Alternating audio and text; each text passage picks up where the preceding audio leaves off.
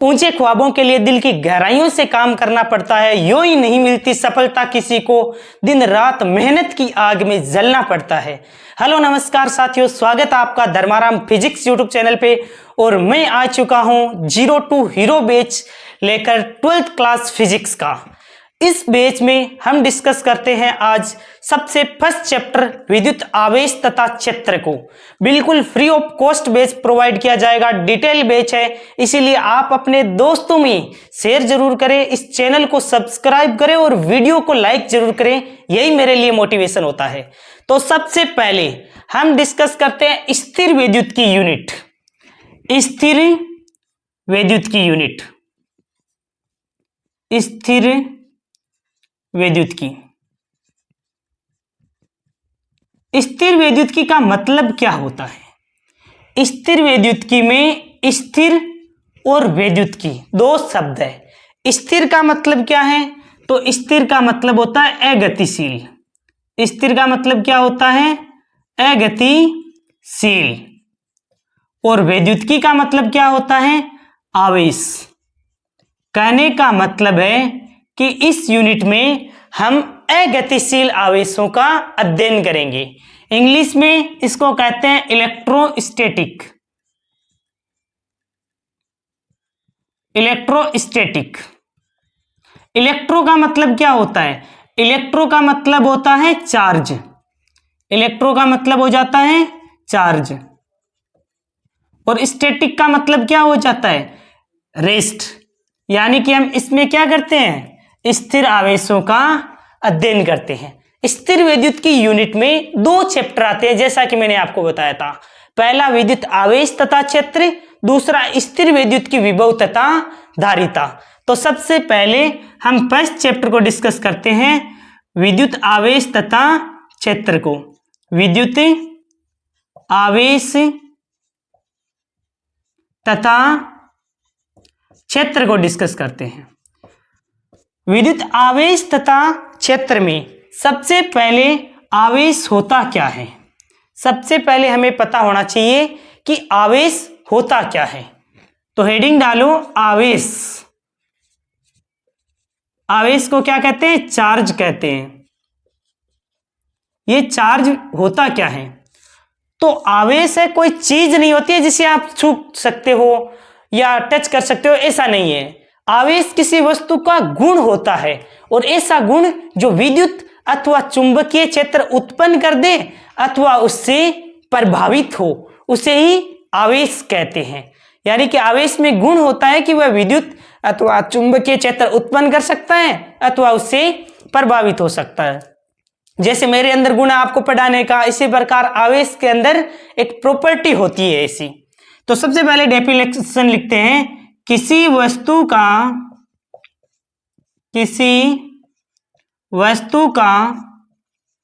वह गुण जो विद्युत अथवा चुंबकीय क्षेत्र उत्पन्न करे अथवा उससे प्रभावित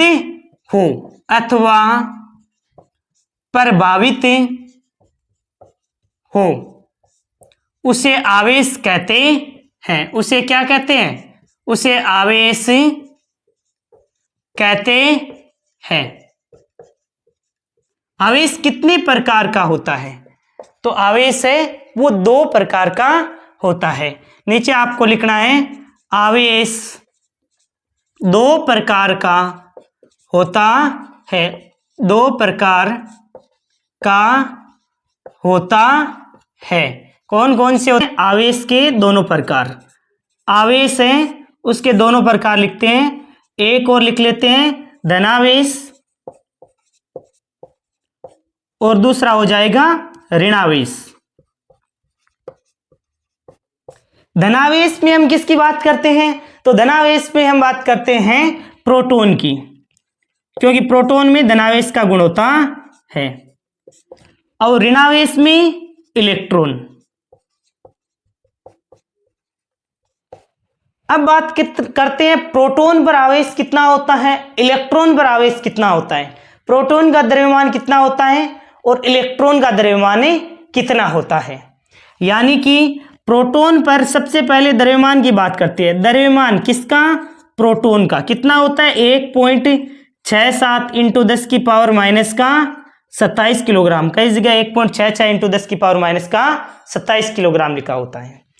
अब इलेक्ट्रॉन का द्रव्यमान कितना होता है, तो m इलेक्ट्रॉन का मास कितना होगा 9.1 इंटू 10 की पावर माइनस का 31, किसमें, किलोग्राम में। यह हो जाएगा इलेक्ट्रॉन का द्रव्यमान। अब आवेश की बात करते हैं तो प्रोटॉन पर आवेश और इलेक्ट्रॉन पर आवेश बराबर होता है, बस प्रोटॉन वाले में प्लस लग जाएगा और इलेक्ट्रॉन वाले में माइनस लग जाएगा। यानी प्रोटॉन में प्लस का 1.6 इंटू 10 की पावर माइनस का 19 कूलाम हो जाएगा, और आवेश इलेक्ट्रॉन की बात करेंगे तो माइनस का 1.6 इंटू 10 की पावर माइनस का 19 कूलाम हो जाएगा।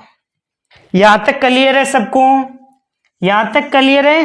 तो आगे बढ़ते हैं कि आवेश का मात्रक क्या होता है, इसका एसआई मात्रक क्या होता है, सीजीएस मात्रक क्या होता है, सबसे बड़ा मात्रक क्या होता है, सबसे छोटा मात्रक क्या होता है। हर एक पॉइंट को डिस्कस करने वाले हैं, इसीलिए बिल्कुल अच्छी तरीके से समझते जाइए, साथ के साथ हर एक पॉइंट को प्रैक्टिकल रूप से समझते जाएंगे, ठीक है ना। तो सबसे पहले हम बात करते हैं आवेश का एसआई मात्रक। आवेश का एसआई मात्रक, आवेश का एसआई मात्रक क्या होता है, तो आवेश का एसआई मात्रक होता है कूलाम। आवेश का एसआई मात्रक क्या होता है, कूलाम होता है, जिसे हम किससे लिखते हैं, सी से लिखते हैं। आवेश का सीजीएस मात्रक क्या होता है, आवेश का सीजीएस मात्रक होता है स्टेट कूलाम या फ्रैंकलिन कह सकते हैं। सीजीएस मात्रक होता है स्टेट कूलाम या फिर इसे फ्रैंकलिन। स्टेट कूलाम को ESU से लिखते हैं, ठीक है ना। स्टेट कूलाम को किससे लिखते हैं, ESU से, या फिर आप फ्रैंकलिन भी कह सकते हो, फ्रैंकलिन। अब बात करते हैं ये जो फ्रैंकलिन है ना, ये आवेश का सबसे छोटा मात्रक होता है, ये भी ध्यान रखना। आवेश का सबसे छोटा मात्रक होता है फ्रैंकलिन, याद रख लेना, इसे पॉइंट लगा कर लिख लेना। आवेश का सबसे छोटा मात्रक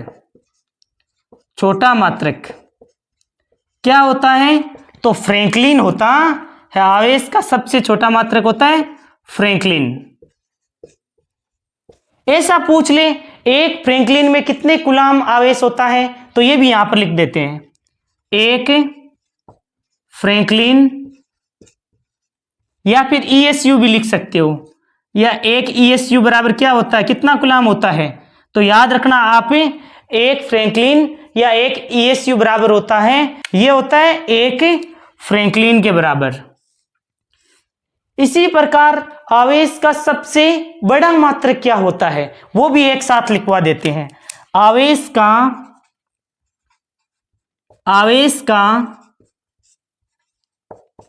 सबसे बड़ा मात्रक, आवेश का सबसे बड़ा मात्रक क्या होता है, तो आवेश का सबसे बड़ा मात्रक होता है फेराडे। फेरड नहीं होता है, फेरड तो धारिता का मात्रक हो जाएगा, जो आगे पढ़ोगे आप। आवेश का सबसे बड़ा मात्रक होता है फेराडे, ये पॉइंट आपको ध्यान में रखना है, फेराडे। तो एक फेराडे बराबर कितना कूलाम आवेश होता है, ये भी देख लेते हैं। एक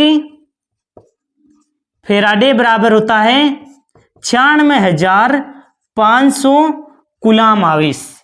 96,500 कूलाम आवेश होता है एक फेराडे बराबर। आवेश कैसी राशि होती है, आवेश एक अदिश राशि होती है। आवेश कैसी राशि होती है, आवेश एक अदिश राशि होती है। इसे लिख लेना, आवेश एक अदिश राशि होती है, अदिश राशि होती है। पूछ ले आवेश की विमा क्या होती है, तो विमा क्या बताओगे, तो आवेश की विमा होती है A1 T1। निकालते कैसे हैं, आवेश की विमा कैसे निकालोगे, आवेश की विमा कैसे निकालोगे, तो हमने पढ़ रखा है Q बराबर IT, यहां पर लिखो, निकाल कर मैं बता देता हूं एक बार के लिए आपको। आवेश प्रवाह की दर को विद्युतीय धारा कहते हैं, ये तो पढ़ रखा है। तो Q बराबर क्या हो जाएगा, I इंटू टी। I क्या है, विद्युत धारा, विद्युत धारा का मात्रक होता है एम्पियर। T क्या है, समय, इसको किस में मापते हैं, T से, यानी कि A1 T1 हो जाएगी, आवेश की विमा हो जाएगी। इस प्रकार बराबर एक टिक ब्रैकेट लगा दोगे, तो A1 T1 विमा क्या हो जाएगी, A1 T1। तो ये पॉइंट आपको ध्यान में रखना है। अभी तक हमने क्या पढ़ा है, तो सबसे पहले हमने पढ़ा आवेश होता क्या है, तो किसी वस्तु का वह गुण जो विद्युत अथवा चुंबकीय क्षेत्र उत्पन्न कर दे अथवा उससे प्रभावित होता है, उसे ही आवेश कहते हैं। कहने का मतलब है आवेश किसी वस्तु का एक गुण होता है जो या तो विद्युत अथवा चुंबकीय क्षेत्र उत्पन्न कर देता है। आवेश दो प्रकार के होते हैं, धनावेश और ऋणावेश। धनावेश में बात करते हैं हम प्रोटॉन की, ऋणावेश में हम इलेक्ट्रॉन की बात करते हैं। प्रोटॉन का द्रव्यमान कितना होता है, तो 1.67 इंटू 10 की पावर -27 किलोग्राम, और द्रव्यमान की बात करें इलेक्ट्रॉन की तो 9.1 इंटू 10 की पावर -31 किलोग्राम, किलोग्राम में होता है ये। इसी प्रकार पूछ ले आपको कि प्रोटॉन पर आवेश कितना होता है, तो 1.6 इंटू 10 की पावर -19 कूलाम। इलेक्ट्रॉन पर आवेश कितना होता है, तो 1.6 इंटू 10 की पावर -19 कूलाम, लेकिन इलेक्ट्रॉन में माइनस का साइन आ जाता है, प्रोटॉन में प्लस का साइन आ जाता है। फिर हमने क्या सीखा था कि आवेश है उसका एसआई मात्रक क्या होता है, तो आवेश का एसआई मात्रक होता है कूलाम। आवेश का सीजीएस मात्रक क्या होता है, स्टेट कूलाम, या फिर इसे फ्रैंकलिन भी कहते हैं, ईएसयू से लिखते हैं। तो एक ईएसयू बराबर यानी कि एक फ्रैंकलिन बराबर कितने कूलाम था, तो 1.34 इंटू 10 की पावर -10 कूलाम था। इसी प्रकार हमने पढ़ा आवेश का फिर सबसे छोटा मात्रक फ्रैंकलिन होता है, तो सबसे बड़ा मात्रक क्या होता है, तो आवेश का सबसे बड़ा मात्रक होता है फेराडे। एक कूलाम, एक फेराडे बराबर कितना कूलाम होता है, तो 96,500 कूलाम होता है। फिर हमने पढ़ा आवेश एक अदिश राशि होती है। अदिश और सदिश तो हमने पढ़ रखा है। अदिश और सदिश क्या होता है, अदिश होता है जिसमें परिमाण तो होता है लेकिन दिशा नहीं होती है। तो आवेश कैसी राशि होती है, अदिश राशि होती है। इसकी विमा क्या होती है, A1 T1 होती है। यहां तक सब कुछ आपको अच्छी तरीके से क्लियर हुआ होगा।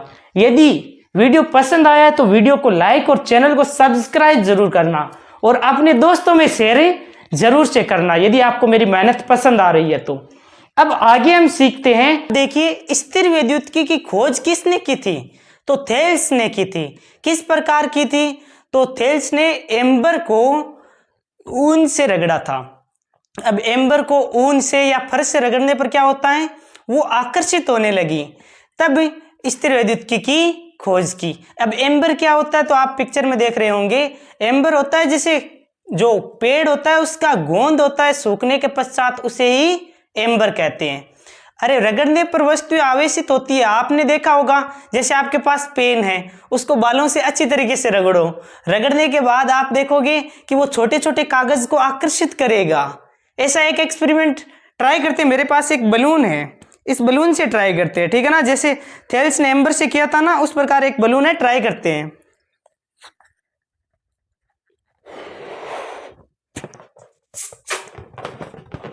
देखते हैं ये काम करता है क्या।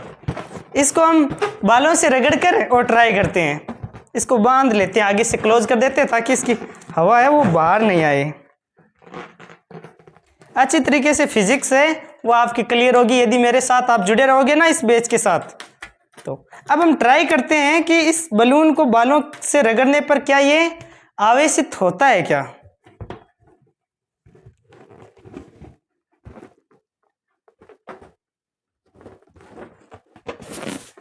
सूखे बाल होने चाहिए। एम्बर को उन्होंने क्या किया था, ऊन से रगड़ा था, तो एम्बर क्या हो गई थी, आवेशित हो गई। इसी प्रकार मैं क्या कर रहा हूं, इस बलून को अपने बालों से अच्छी तरीके से रगड़ रहा हूं और फिर ट्राई करते हैं क्या ये आवेशित होता है क्या। अब देखिए इसको यहां पर चिपका कर देखते हैं। ये देखो चिपक तो रहा है, यानी कि इसे कुछ और आवेशित करना पड़ेगा। ये पूरी तरह से आवेशित नहीं हुआ है।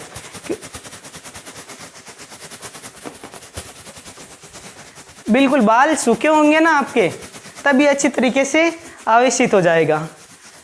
अब ट्राई करते हैं। ये देखिए ये चिपक गया। इसका मतलब क्या है? इसका मतलब है कि ये आवेशित हो गया है। हमने बलून को क्या किया? अपने बालों से रगड़ा, रगड़ने पर क्या हुआ? ये आवेशित हो गया। अब आवेशित वस्तु क्या करती है? आवेशित वस्तु तो अनावेशित वस्तु को अपनी ओर आकर्षित करती है। इसी प्रकार आप कर सकते हो। आपके पास पेन है ना, पेन को बालों से रगड़ के और फिर ट्राई करना, छोटे छोटे कागज है वो चिपकेंगे उसके। क्यों? क्योंकि रगड़ने पर घर्षण के द्वारा वस्तु आवेशित हो जाती है। अब हम ट्राई करते हैं ये कितने समय तक आवेशित रहता है, ठीक है ना। तब तक हम टॉपिक को यहां पर कंटिन्यू करते हैं कि कांच की छड़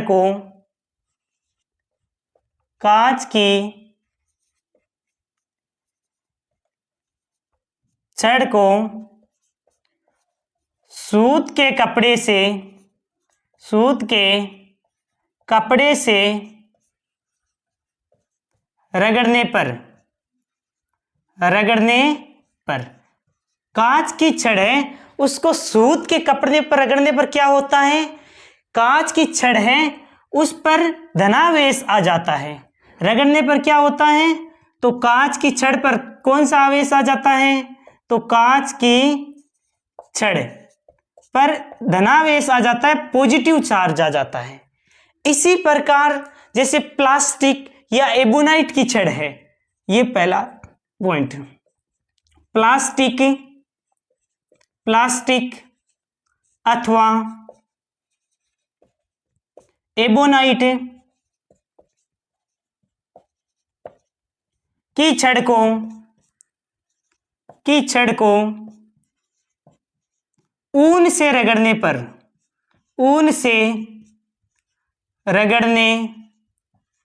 पर जब एबोनाइट की छड़ क्या होती है? तो एबोनाइट की छड़, जो रबड़ की छड़ होते हैं ना, उसे ही कहते हैं एबोनाइट की छड़।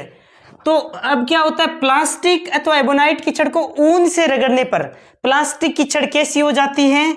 तो इसमें प्लास्टिक की जो छड़ है उस पर, यहां पर पॉजिटिव आया था ना कांच की छड़ पर, इसी प्रकार प्लास्टिक की छड़ पर ऋणावेश आ जाता है।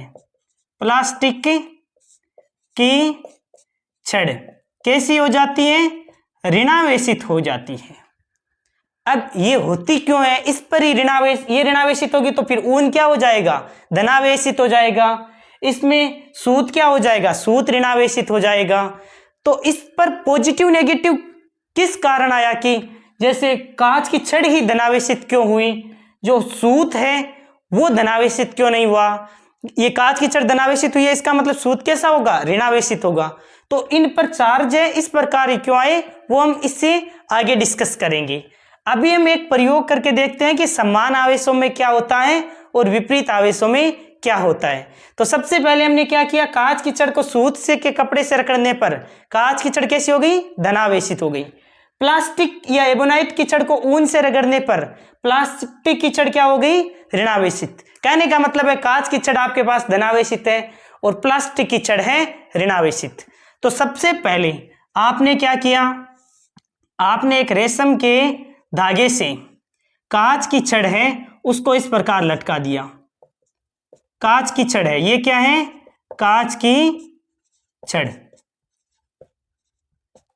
पॉजिटिव चार्ज था कांच की छड़ पर, कौन सा चार्ज था? पॉजिटिव चार्ज था। इसे रेशम के धागे से लटका दिया।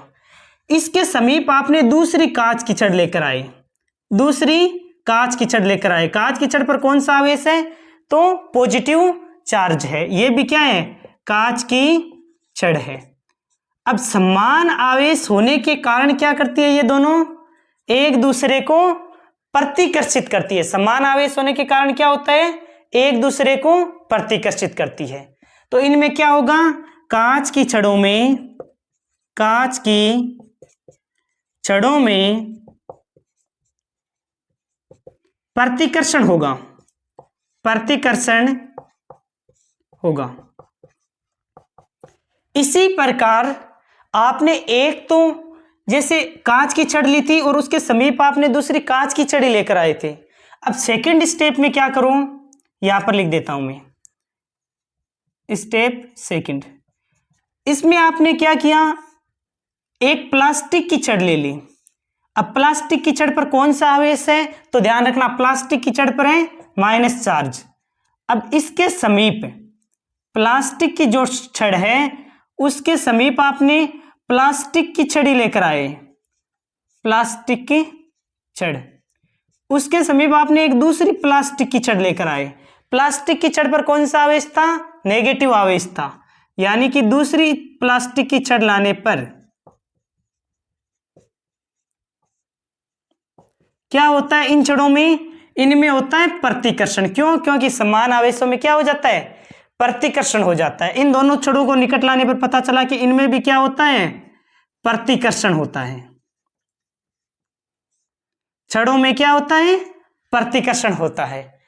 अब थर्ड केस में क्या करते हैं हम, एक तो ले लेते हैं कांच की छड़, वो कैसी है, धनावेशित है। सेकंड ले लेते हैं हम प्लास्टिक की छड़, फिर ट्राई करते हैं कि क्या होता है। तो सबसे पहले स्टेप थर्ड में क्या किया, स्टेप थर्ड में हमने एक तो ले ली कांच की छड़। कांच की छड़ पर कौन सा आवेश था, तो कांच की छड़ पर था धनावेश, यानी कि ये क्या है, कांच की छड़, कांच की छड़ पर पॉजिटिव चार्ज था। अब दूसरी इसके निकट कौन सी छड़ लेकर आए, प्लास्टिक की छड़। दूसरी छड़ कौन सी लेकर आए, प्लास्टिक की छड़, और उस पर आवेश कौन सा था, ऋणावेश। प्लास्टिक की छड़, इस पर था ऋणावेश। अब विपरीत आवेशों में क्या होता है, आकर्षण होता है। इन दोनों छड़ों में देखा गया कि दोनों छड़ें एक दूसरे को आकर्षित कर रही है, यानी कि छड़ों में आकर्षण होगा। कहने का मतलब है इस प्रयोग से आपको पता क्या चलता है, इस प्रयोग से आपको पता चलता है कि समान आवेशों में क्या होता है, प्रतिकर्षण। जैसे पॉजिटिव कांच की छड़ थी, इसके समीप आपने कांच की छड़ लेकर आए, दोनों ने एक दूसरे को प्रतिकर्षित किया। इसी प्रकार प्लास्टिक की छड़ थी, इसके समीप प्लास्टिक की छड़ लेकर आए, तो फिर भी दोनों ने प्रतिकर्षण किया। एक कांच की छड़ ले ली, वो कैसी थी, पॉजिटिव। दूसरी आपने प्लास्टिक की छड़ ले ली, वो कैसी थी, नेगेटिव। इन दोनों को निकट लेकर आए तो इन दोनों में क्या हुआ, आकर्षण हुआ। इसका मतलब इस प्रयोग से आपको क्या पता चलता है कि समान आवेशों में क्या होता है, प्रतिकर्षण, और विपरीत आवेशों में क्या होता है, आकर्षण। तो आप लिख सकते हो उपरोक्त प्रयोग से स्पष्ट है कि समान आवेशों में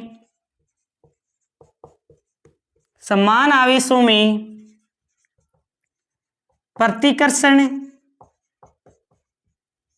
होता है तथा विपरीत आवेशों में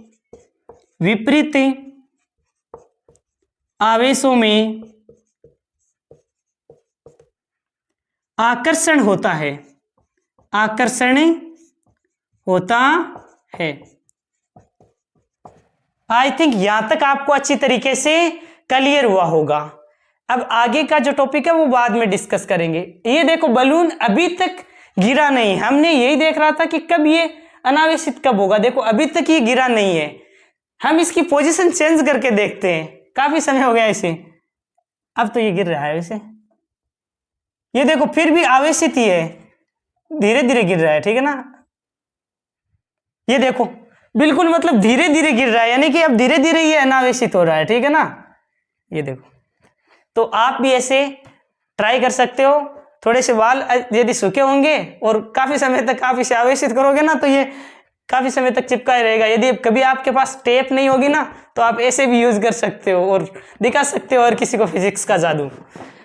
अब देखिए यहाँ तक यदि आपको वीडियो पसंद आया है तो वीडियो को लाइक और चैनल को सब्सक्राइब जरूर करें और अपने दोस्तों में शेयर जरूर करें। इस जीरो टू हीरो बैच को आपको पूरे यूट्यूब पर सबसे टॉप बैच होना चाहिए ये हमारा। मैं आपको हर एक पॉइंट को अच्छी तरीके से क्लियर करता हुआ चलूंगा, तो आप इस चैनल को सब्सक्राइब जरूर करना और वीडियो को ज़्यादा से ज़्यादा शेयर करके और लाइक जरूर करना, यही मेरे लिए मोटिवेशन होता है। Thank you very much, for a nice day to all of you. Thank you very much, मिलते हैं नेक्स्ट क्लास में।